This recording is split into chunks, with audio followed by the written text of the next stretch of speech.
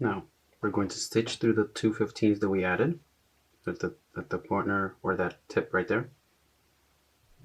We're going to stitch through the 8, 8, just the two 8s, sorry, 8 and 8.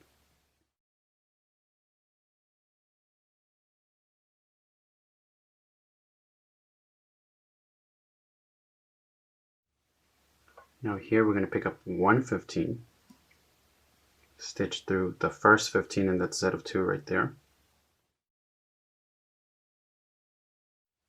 pick up another 15 and stitch through the second one in that set,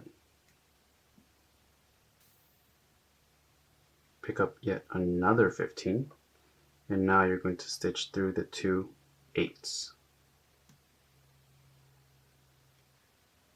You may have to go in a little bit of an angle. 1 and